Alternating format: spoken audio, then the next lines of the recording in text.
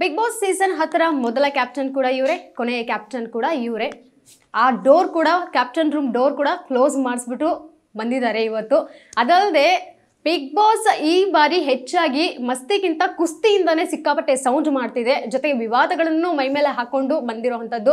Number 1 TRP ಕೂಡ ಈ ಬಾರಿ ಸಿಕ್ಕಾಪಟ್ಟೆ ಜನರಿಗೆ ಕ್ರೇಜ್ ಕ್ರಿಯೇಟ್ ಮಾಡಿರೋವಂಥದ್ದು.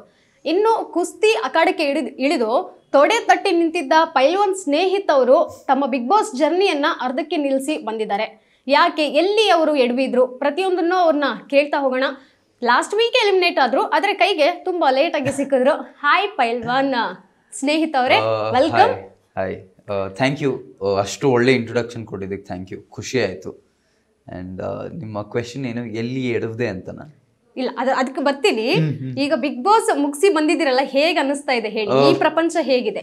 ಖುಷಿ ಆಗ್ತಾ ಇದೆ ನಂಗೆ. ಅವತ್ತೇ ಅಲ್ಲಿ ಕೂತ್ಕೊಂಡಾಗ ನಾನು ಅದೇನೋ ಒಂದು ಹೇಳ್ತೀನಿ ವಿನಯ್ ಮತ್ತೆ ನಮ್ರತಾಗೆ, ನಾವು ಇಲ್ಲಿರೋ ಪ್ರತಿಯೊಂದು ಮೂಮೆಂಟು ಚೆರಿಷ್ ಮಾಡೋಣ, ಪ್ರತಿಯೊಂದು ದಿನಾನು ಲಾಸ್ಟ್ ದಿನ ಅಂತ ಆಡೋಣ ಅಂತ.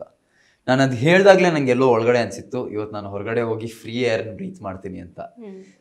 ಆ್ಯಂಡ್ ನನ್ನ ಶೋಲ್ಡರ್ ಮೇಲೆ ಒಂದು ವೆಯ್ಟ್ ಇದ್ದಂಗಿತ್ತು, ಅದು ಕಳ್ಸ್ಕೊಂಡಂಗೆ ಆಗಿದೆ. ಇವೊಂಥರ ಫ್ರೀ ಬರ್ಡ್ ಆಗಿದ್ದೀನಿ, ಭಯಂಕರ ಖುಷಿ ಇದೆ.